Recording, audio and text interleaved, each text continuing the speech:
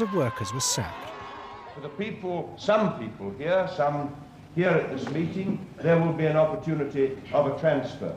For others, there will not.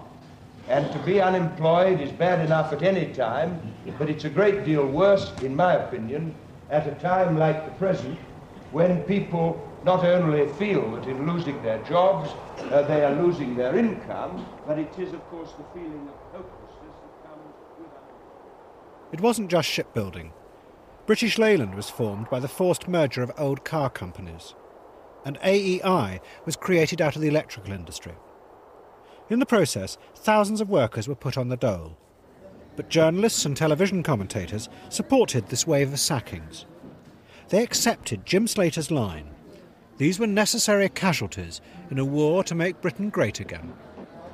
Is this just then one of the facts of life of the present situation, that as British industry gears itself up to meet world competition, some of these people have just got to go to the war? I think that is true. I think it's an analogy, really, of there are a certain number of people in a boat, like 100 people, and the boat's going to sink unless 2 or 3 of them volunteer to jump off the edge.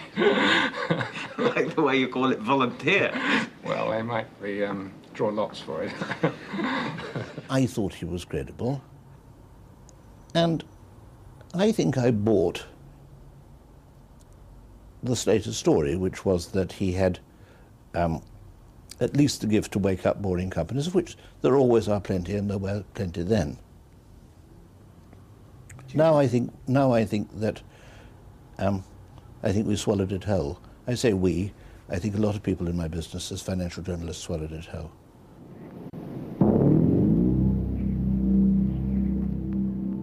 I began to realize that I and other people in the financial press were willing dupes. I'm labouring this, it's a bit on my conscience. In fact, there was very little evidence that any of the companies that Slater took over had become more productive. Almost all the increase in profits he reported came from the stripping out and selling off of assets. Slater and the other takeover men were not the saviours of industry they pretended to be. They like to pretend that they went in as some sort of consulting group and restructured industry. They didn't. They ripped it apart and sold off the assets and destroyed industry.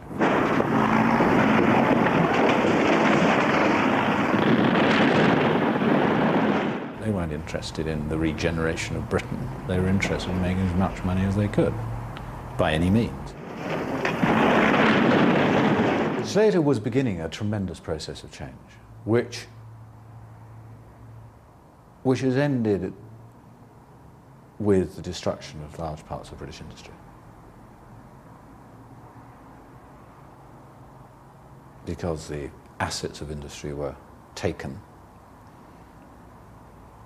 and perhaps rightly so, but were taken and were used for other purposes.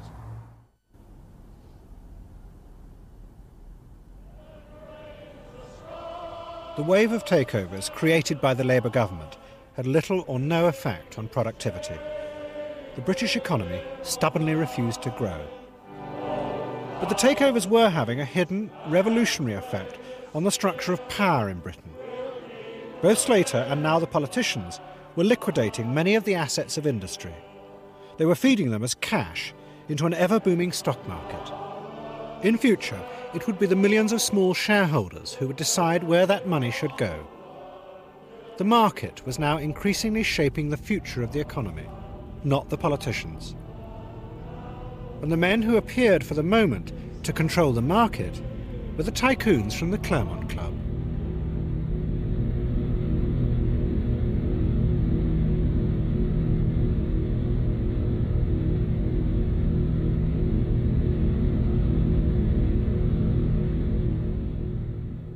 And the tycoons were about to be joined by a new, even more ruthless member. He too was going to use the growing power of the market to build an empire. But not in Britain, in Africa. And yet again, he was going to deceive politicians. I have it in command from the Queen to read to you the following message from Her Majesty. As you assume the heavy responsibilities of independence, I send my good wishes for a great and noble future. Through the 1960s, Britain gave independence to her former colonies in Africa. But what was left behind were hundreds of plantations, factories and mines, all still owned and run by the British. They had provided the wealth of the empire. Into this world came a new type of entrepreneur. He was called Tiny Rowland, and he ran a small mining company called Lonhro. Rowland was convinced there was a fortune to be made in independent Africa, and he was going to do it by taking over Britain's old colonial industries. And what's more, the new African leaders would help him do it. At the time, all the established companies in Africa were pulling out because of the political situation and other problems there, and he just moved in and brought them up for a song, virtually. I mean, when Rowland took over Lonhro, it was a very sleepy little company, but within 2 or 3 years of Rowland appearing on the scene, it escalated beyond all recognition. He was quite amazing, the deals he did. The potential of in those days, black Africa was huge, and I wanted to become involved.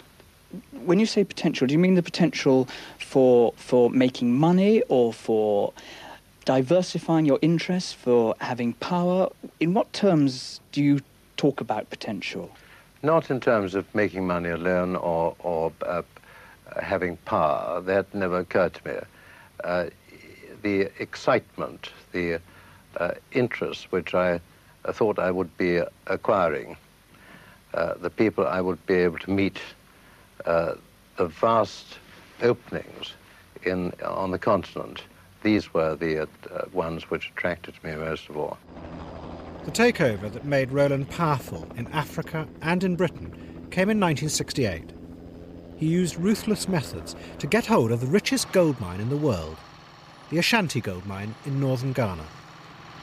It had been run by a British company for over 80 years, and the chairman was a famous war hero, General Edward Spears. He lived in colonial splendour at the centre of the mine. He had his Rolls-Royce shipped out, and every week fresh grouse was flown from London. To the African miners, he was their ruler. There was no way Rowland could buy Ashanti outright. He couldn't raise enough money. So secretly he flew to Ghana to see the country's new rulers. He offered them a deal. Instead of being exploited by the old colonials like General Spears, he would run the mine in partnership with them. All they had to do was to cancel Spears' lease on the mine and give it instead to him. He also allegedly gave them money. They agreed. When the news that the lease was being terminated was leaked to the London Stock Exchange, the price of Ashanti's shares crashed, and Rowland moved in and bought the company for a song. Tiny Rowland really squared the Ghana government so that Spears couldn't resist the takeover bid and eventually felt it was in the best interest of his shareholders to accept Tiny Rowland's offer. The impression I got was that he was extremely able and very ruthless tycoon, really.